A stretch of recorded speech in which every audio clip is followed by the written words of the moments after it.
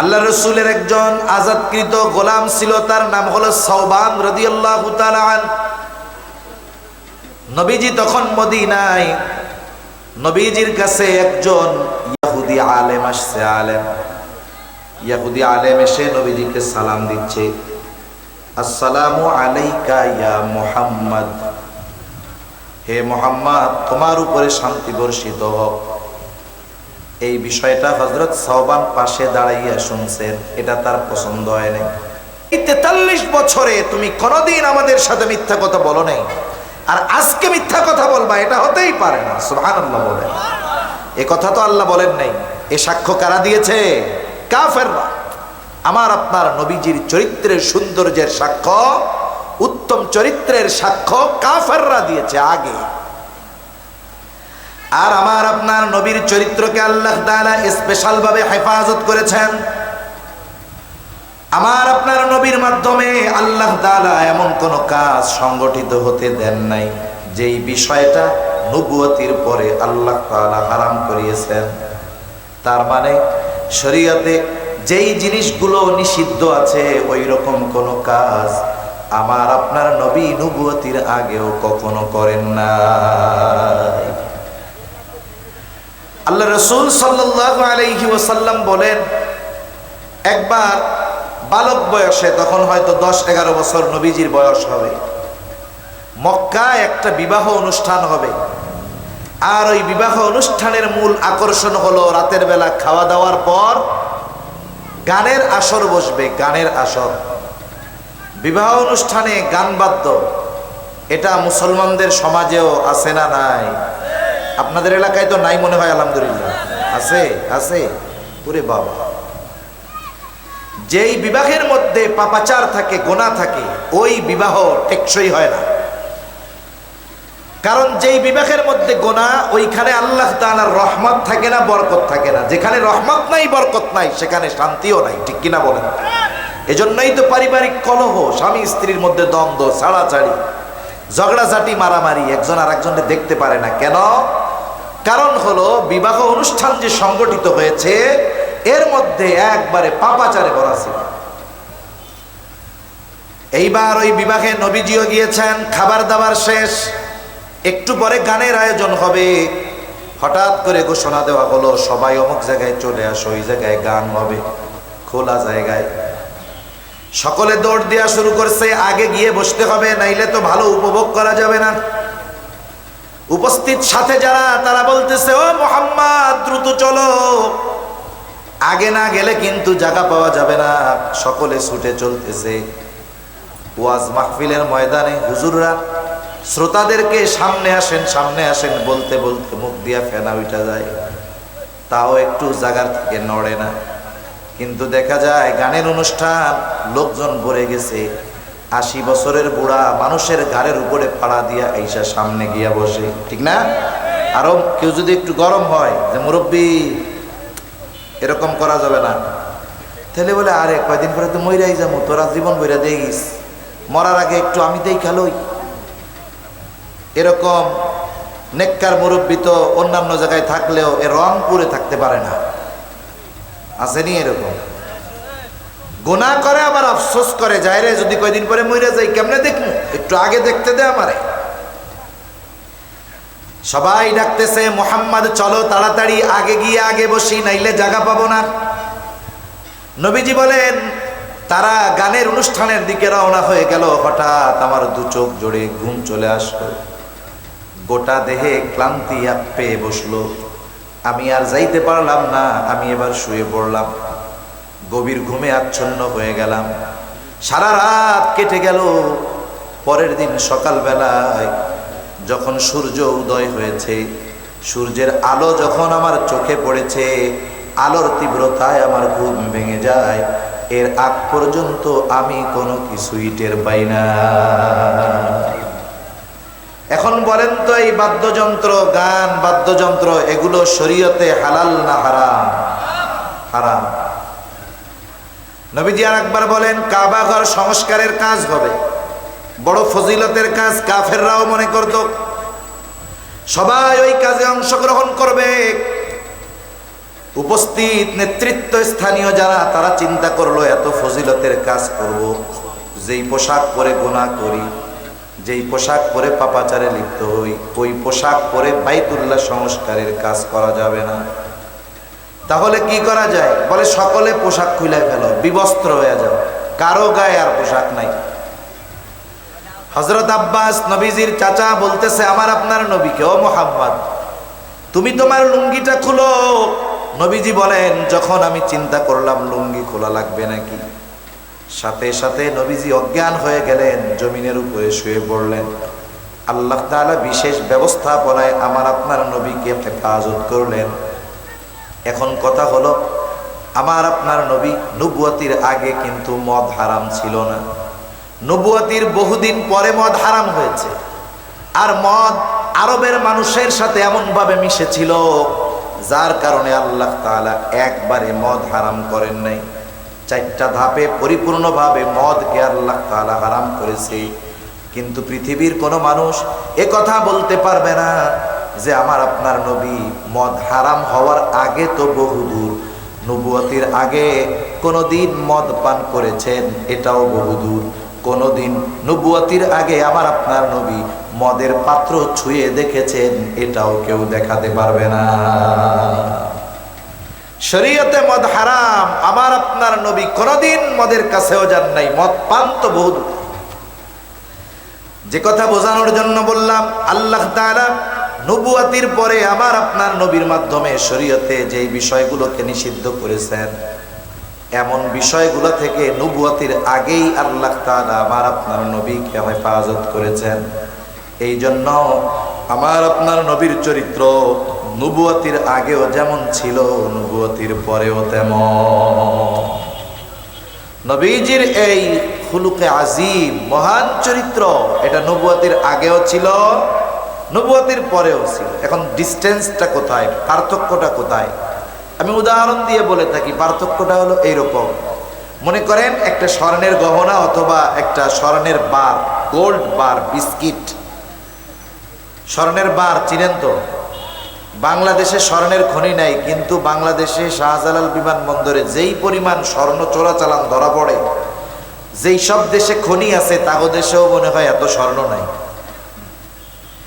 এই যে স্বর্ণের বার, আপনি একটা স্বর্ণের বার কিনেছেন, একেবারে চকচকে ঝকঝকে নতুন, ওইটা কিনে ঘরের মধ্যে রেখে দিয়েছেন 20 বছর 10 বছর। বলেন তো এই স্বর্ণটা আপনি 10 বছর যদি ঘরের মধ্যে রেখে দেন, 10 বছর পরে, 10 বছর আগে স্বর্ণের যেমন উজ্জ্বলতা ছিল, 10 বছর পরে কেউ উজ্জ্বলতা থাকবে? থাকবে না, ময়লা পড়ে যাবে। এবার আপনি যদি স্বর্ণকারের কাছে নিয়ে একটু অ্যাসিড পানি দিয়ে ধোয়া দেন, আবার আগের মতো উজ্জ্বল হয়ে যাবে। স্বর্ণ 10 বছর ব্যবহার হয় নাই, হয়তো উজ্জ্বলতা চলে গেছে, দাম কিন্তু কমে যায় নাই, মূল্য ঠিকই আছে, শুধু উজ্জ্বলতা কমে গিয়েছিল, আপনি আবার ওইটারে উজ্জ্বলতা বাড়াইছেন। এ তো আর বাংলাদেশ ব্যাংকের ভোল্ট না। কিছুদিন আগে খবরে দেখলাম বাংলাদেশ ব্যাংকের এক ভোল্টে স্বর্ণ অলংকার রাখছে, একজন স্বর্ণ রাখছে 22 ক্যারেটের। এখন ওই লোক পরবর্তীতে তার ভোল্ট খুলে দেখে ওই 22 ক্যারেটের স্বর্ণ 18 ক্যারেট হয়ে গেছে। এটা বাংলাদেশে সম্ভব, কিন্তু বাস্তবিক অর্থে স্বর্ণ যদি ময়লাও হয়ে যায়, ওটার যেমন দাম, চকচক করলেও তেমন দাম। উজ্জ্বলতা আর অনুজ্জ্বলতার কারণে স্বর্ণের দাম কমে বাড়ে না। তবে উজ্জ্বল যেটা, ওইটার প্রতি মানুষ আকৃষ্ট বেশি হয় না কম হয়? জোরে কম।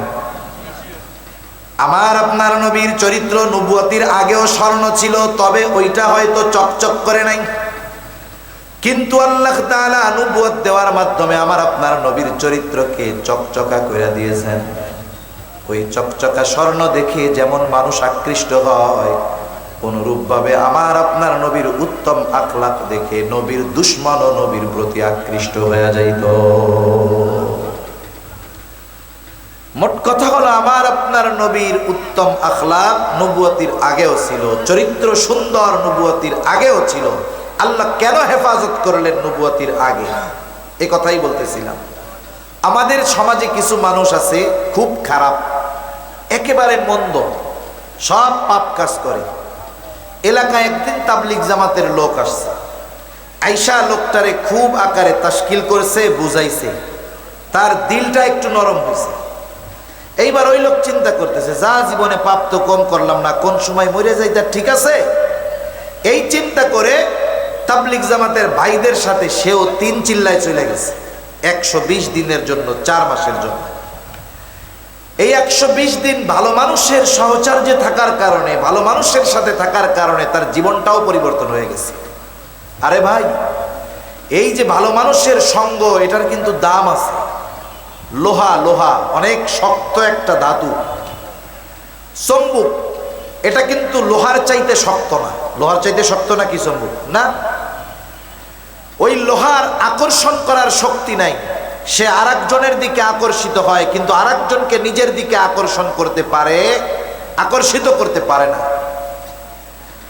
চম্বুক দুর্বল, কিন্তু তার গুণ আছে, সে আরেকজন লোহারে টাইনা ধরতে পারে। এখন এই লোহা যদি চম্বুকের সাথে 2-4-6 মাস থাকে, চম্বুকের যেই আকর্ষণ করার শক্তি, ওই শক্তিটা লোহার মধ্যেও কিছুটা চলে যায়। তখন ওই লোহাটাও চম্বুকের মতো আরেকটা লোহাকে আকর্ষণ করতে পারে। এটার দ্বারা যেটা বোঝাতে চাই যে ভালো মানুষের সাহচর্য আপনাকে ভালো বানিয়ে দিবে, খারাপ মানুষের সাহচর্য অনেক ভালো মানুষকে খারাপ বানিয়ে দেয়। এবার ওই লোক মনে করেন 3 চিল্লায় চলে গেছে, 120 দিন ভালো মানুষের সাথে থাকছে, তাওবা তিল্লা করে ভালো হয়ে গেছে। গেছিল দাড়ি ছাড়া, আসছে মুখে দাড়ি নিয়া। গেছিল খালি মাথায়, আসছে পাগড়ি মাথায় দিয়া। গেছিল ছোট জামা পইরা, আসছে বড় জুব্বা গায়ে দিয়া। 4 মাস পরে যখন বাড়িতে আসছে, মানুষ তারে চিনে না, দেখলে মনে হয় কোনো মাদ্রাসার প্রিন্সিপাল হবে, মোহতামিম সাহেব হবে। এখন বলেন, 4 মাস আগে এই লোকটা যেই অপরাধগুলো করত, গুনাহগুলো করত, এখন কি সে এগুলো করবে? করবে না। সাথে সাথে 4 মাস আগে সে যে পাপগুলো করত, যদি কাউকে করতে দেখে, সে তাদেরকে ওই পাপ থেকে ফেরার জন্য আহ্বান করবে। ঠিক কিনা বলেন? এলাকায় আসছে, সব পরিচিত বন্ধু বান্ধব মানুষ, আত্মীয় স্বজন। মনে করেন সে জোহরের নামাজ বা আসরের নামাজ পড়ার জন্য মসজিদের দিকে রওনা হচ্ছে। যাওয়ার পথে বাজার আছে, দোকান আছে। যেই বাজারে দোকানগুলোয় এক সময় সে আড্ডা দিত, যেই দোকানে বসে চা পান করত আর আখাত দিয়ে সিগারেট খাইতো, ওই দোকানগুলো যখন সে অতিক্রম করে, দোকানের দিকে তাকায় দেখে সে নাই, তাতে কি তার বন্ধু বান্ধব আছে, আত্মীয় স্বজন আছে, চাচারা আছে, মুরব্বীরা আছে। এইবার তার দিলের মধ্যে ব্যথা। সে দোকানের দিকে তাকায়া মুরব্বীদেরকে, তার বন্ধু বান্ধবদেরকে বলতেছে, বাইরে দুনিয়া ক্ষণস্থায়ী, কোন সময় মরণ চলে আসে বলা যায় না। মুরব্বী যারা আছে তাদেরকে বলতেছে, চাচা দাদা দাড়ি পেকে গেছে, চামড়া ঝুলে গেছে, এক পা কবরের মধ্যে চলে গেছে, সব কিছু বাদ দেন, তাওবা তিল্লা কইরা আসেন, নামাজ শুরু কইরা দেই। এই যে সে মানুষকে ভালোর দিকে আহ্বান করলো, এক সময় সে কিন্তু খারাপ ছিল, এখন তো ভালো। বলেন তো, সে যে মানুষদেরকে খারাপ কাজ থেকে ফিরতে বলল, তার এই কথা কিন্তু সবাই পজিটিভলি নিবে না, বরং অনেক মানুষ এই কথা বলার কারণে তাকে উল্টা তিরস্কার করবে। কি বলবে? আরে মিয়া, 4 মাস আগে তোমার বিড়ি টানার ঠেলায় টেকা যায় নাই, 4 মাস আগে তুমি যা আকাম কুকাম করে বেড়াইছো, এখন তুমি আল্লাহর ওলি হয়ে গেছো, বুজুর্গ হয়ে গেছো। এইরকম খোঁচা মেরে কথা বলার লোক সমাজে আছে না নাই? সে যদিও খারাপ ছিল, তাওবা করেছে, আল্লাহ তাআলা চাইলে তাকে মাফ করে দিতে পারে, কিন্তু এরপরেও আগে যে খারাপ কাজ করছে, ওই কাজ থেকে যখন ফিরতে বলছে, তাকে আমরা খোঁচা মারি, তুমিও তো আগে এটা করছো। শরীয়তে যেই বিষয়গুলো নিষিদ্ধ, ওগুলো যদি নবীজি নবুয়াতির আগে করতেন, আমাদের বাংলাদেশের মুসলমান মানুষ এই রকম খোঁচা মারতে পারে, তাইলে আবু জেহেল উতবা সাহেব কি করতো? কইতো, মুহাম্মদ তুমিও তো কয়দিন আগে এইগুলা করছো। আমার আপনার নবীকে কাফেররা যেন এই রকম তিরস্কারমূলক কোনো কথা না বলতে পারে, এই জন্য আল্লাহ তাআলা শরীয়তে যেই বিষয়গুলো নিষিদ্ধ করা হয়েছে, ওই বিষয়গুলো আমার আপনার নবীর দ্বারা নবুয়তির আগেও আল্লাহ তাআলা সম্পাদিত হতে দেন নাই। নিজে আমার আপনার নবীর চরিত্রকে হেফাজত করেছেন, আর নবুয়তির পরের চরিত্রের কথা তো আর বলার দরকার নাই। এই নবীর চরিত্রের সত্যায়ন কাফেররা দিয়েছে, তবে বর্তমান সময়ে কিছু ইসলাম বিদ্বেষী, নবী বিদ্বেষী আমার আপনার নবীজির চারিত্রিক বিষয়ে আঙ্গুল তোলার স্পর্ধা, দুঃসাহস তারা দেখায়। ঠিক কিনা বলেন? নবীজির শানে বেয়াদবি, এটা কোনো ইমানদার মুমিন সহ্য করতে পারে না। যদি নবীজির মুহাব্বত তার অন্তরে থাকে, নবীজির ব্যাপারে একজন অপবাদ দিবে আর নবীর ওই উম্মত চুপ করে বসে থাকবে, এটা কখনো হতে পারে না। সাহাবায়ে কেরাম নবীজির সাথে সামান্য থেকে সামান্যতর বেয়াদবি বরদাস্ত করতেন না। আল্লাহ রাসূলের একজন আজাদকৃত গোলাম ছিল, তার নাম হলো সাওবান রাদিয়াল্লাহু তাআলা আনহু। নবীজি তখন মদিনায়, নবীজির কাছে একজন ইহুদি আলেম আসছে। ইহুদি আলেম এসে নবীজিকে সালাম দিচ্ছে, আসসালামু আলাইকা ইয়া মুহাম্মদ, হে মুহাম্মদ তোমার উপরে শান্তি বর্ষিত হোক। এই বিষয়টা হযরত সাওবান পাশে দাঁড়াইয়া শুনছেন, এটা তার পছন্দ হয় না। কারণ নবীজিকে সালাম দেওয়া হয় কেমনে? যারা মদিনায় গিয়েছেন, ওমরা বা হজে গিয়েছেন, ওখান থেকে মদিনায় গেছেন, নবীজির রওজায় সালাম দেওয়া হয়েছে কেমনে? যারা গিয়েছেন কি বলেছেন? আসসালাতু আসসালামু আলাইকা ইয়া রাসূলুল্লাহ, আসসালাতু আসসালামু আলাইকা ইয়া নবিয়াল্লাহ, আসসালাতু আসসালামু আলাইকা ইয়া হাবিবাল্লাহ, আসসালাতু আসসালামু আলাইকা ইয়া শাফিআল মুজনিবিন, আসসালাতু আসসালামু আলাইকা ইয়া রাহমাতাল লিল আলামিন। এই বাক্যগুলো বলে নবীজির রওজায় গিয়ে সালাম দেওয়া হয়। আসসালামু আলাইকা ইয়া নবিয়াল্লাহ, আসসালামু আলাইকা ইয়া মুহাম্মদ, এই কথাটা বলছে ইহুদি এসে, ইয়া রাসূলুল্লাহ বলে নাই। তার মানে ইহুদি সে তো নবীজিকে নবী হিসাবে মানতেছে না।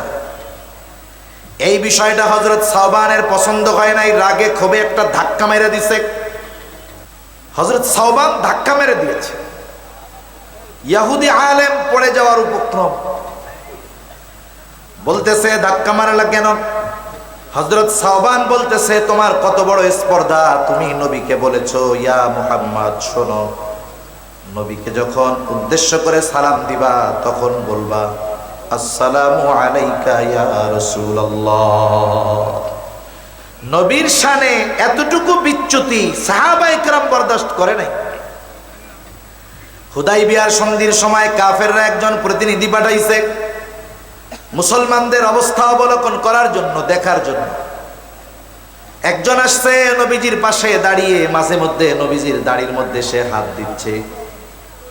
মুগীরা ইবনে শুবা রাদিয়াল্লাহু তাআলা আনহু দেখতেছেন বিষয়টা।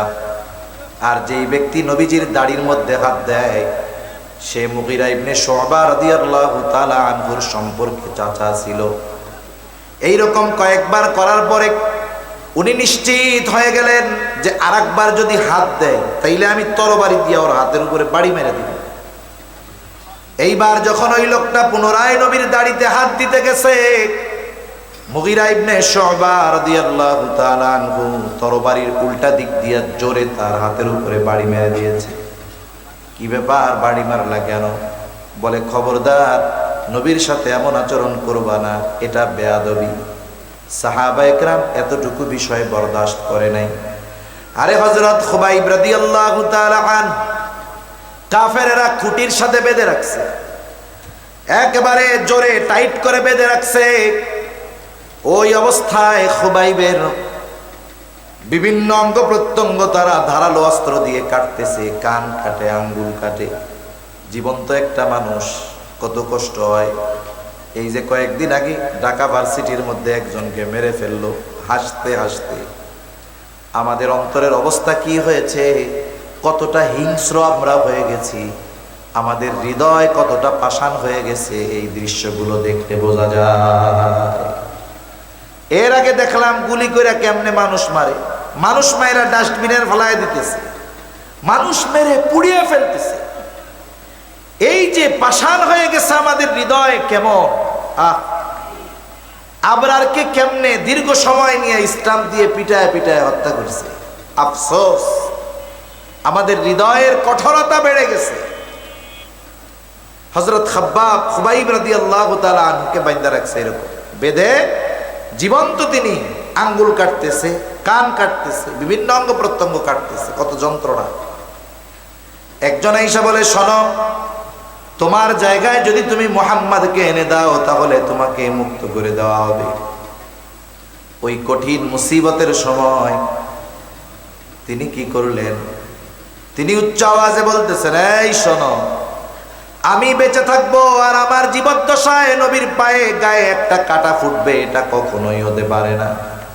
তার মানে সাহাবায়ে কেরাম নবীজির শানে কেউ বেয়াদবি করবে, নবীজির শানে কেউ কটূক্তি করবে, নবীজির ব্যাপারে কেউ বেয়াদবি করবে, জীবন চলে গেলেও সাহাবায়ে কেরাম সেটাকে বরদাস্ত করেন নাই। এজন্য নবীর মুহাব্বতের পূর্ণ পরিচয় যেমন সুন্নাত অনুসরণের মাধ্যমে দিতে হয়, অনুরূপভাবে নবীজির শানে কেউ যদি বেয়াদবি করে, ওই বেয়াদবের বিরুদ্ধে ঈমানের দাবি, নবীজির মুহাব্বতের দাবি হিসাবে সর্বোচ্চ প্রতিবাদ করতে হয়। ঠিক কিনা বলেন? এটা ঈমানের দাবি। সেজন্য যারা নবীর ব্যাপারে অপবাদ দেওয়ার অপচেষ্টা করে, নবীর বিরুদ্ধাচরণ করে, খতমে নবুয়াতকে অস্বীকার করে, খতমে নবুয়াতকে অস্বীকার করা বড় একটা বেয়াদবি। যদি কেউ আমার আপনার নবীজিকে শেষ নবী না মানে, নিঃসন্দেহে সে বেঈমান কাফের, সাথে সাথে নবীজির সাথে অন্যতম বড় একটা বেয়াদবি সে করে। ঠিক কিনা বলেন? কারণ নবীজির পরে আর কোন নবী আছে নাকি? আল্লাহ তাআলা আমার আপনার নবীকে শেষ নবী হিসাবে ঘোষণা করেছেন। নবীজিও বলেছেন, আনা খাতামুন নবিয়্যিন লা নাবিয়্যা বাদি। এজন্য একটা মানুষ কাফের হওয়ার জন্য গোটা কোরআন অস্বীকার করার দরকার নেই। কারণ কোরআনুল কারীমে আল্লাহ তাআলা খতমে নবুয়তের ঘোষণা দিয়ে দিয়েছেন। আল্লাহ তাআলা বলেন, মা কানা মুহাম্মাদুন আবা আহাদিম মির রিজালিকুম ওয়ালাকির রাসূলুল্লাহি ওয়া খাতামান নাবিয়্যিন ওয়া কানা আল্লাহু বিকুল্লি শাইইন আলিমা। আল্লাহ তাআলা বলেন, মুহাম্মদ সাল্লাল্লাহু আলাইহি ওয়াসাল্লাম তোমাদের কোন পুরুষের পিতা নন। কে তিনি? বলে, ওয়ালাকির রাসূলুল্লাহ, তিনি হলেন আল্লাহর রাসূল, খাতামান নবিয়্যিন, তিনি হলেন শেষ নবী। আমার আপনার নবী শেষ নবী, এই ঘোষণা কার? জবান খুইলা বলেন, আরো জোরে বলেন, কার? আল্লাহ। নবীজিও বলেন, আনা খাতামুন নবিয়্যিন লা নাবিয়্যা বাদি, আমি শেষ নবী, আমার পরে আর কোনো নবী আসবে না। এই জন্য খতমে নবুয়তকে অস্বীকার করা গ্রুপ এই বাংলাদেশে আছে। দিন যাচ্ছে, তারা ষড়যন্ত্র চক্রান্ত করে তাদের সংখ্যা বাড়ানোর চেষ্টা করতেছে। মনে রাখতে হবে, ওই গ্রুপটার নাম হলো কাদিয়ানি। তারা গোলাম মোহাম্মদ কাদিয়ানিকে বলে সেও নবী। এই জন্য কাদিয়ানি যারা, খতমে নবুয়তকে যারা অস্বীকার করে তারা কাফের। আর ওই কাফেরদের ব্যাপারে যাদের সফট কর্নার আছে, ওই কাফেরদেরকে যারা কাফের মনে করে না তারাও বেঈমান। এজন্য নবীর মুহাব্বত আমাদের অন্তরে তো থাকতে হবে, সাথে সাথে নবীর চরিত্র হলো পুত পবিত্র এক চরিত্র। নবীজির চরিত্রকে আমাদের নিজেদের চরিত্রের মধ্যে ইনক্লুড করাতে হবে, অন্তর্ভুক্ত করাতে হবে। যদি আমরা আমাদের চরিত্র পরিবর্তন না করি, বিপদ কি হবে? মানুষের দ্বারা রাষ্ট্র গঠিত হয়, মানুষের চরিত্র যেমন রাষ্ট্রের চরিত্র এরকম হয়। এখন আমরা যদি আমাদের চরিত্র ভালো না করি, তাহলে শাসকের চেয়ারে চেহারার পরিবর্তন হবে, কিন্তু শাসকের চরিত্রের পরিবর্তন হবে না। ঠিক কিনা বলেন?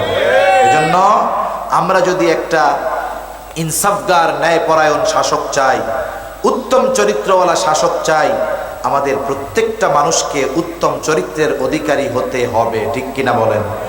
আর সর্বোত্তম চরিত্র আমাদের জন্য আল্লাহ তাআলা রাসূলের জীবন আদর্শের মধ্যে রেখে দিয়েছেন। এজন্য আমরা আমাদের এই জীবনটাকে রসুলের আদর্শের আলোকে সাজাবো। আল্লাহ সুবহানাহু ওয়া তাআলা আমাদের সবাইকে রসুলের জীবন আদর্শ অনুসরণ অনুকরণ করার তৌফিক দান করেন, আমিন। ওয়া আখিরু দাওয়ানা আনিল হামদুলিল্লাহি রাব্বিল আলামিন। আসসালামু আলাইকুম ওয়া রাহমাতুল্লাহি ওয়া বারাকাতুহু।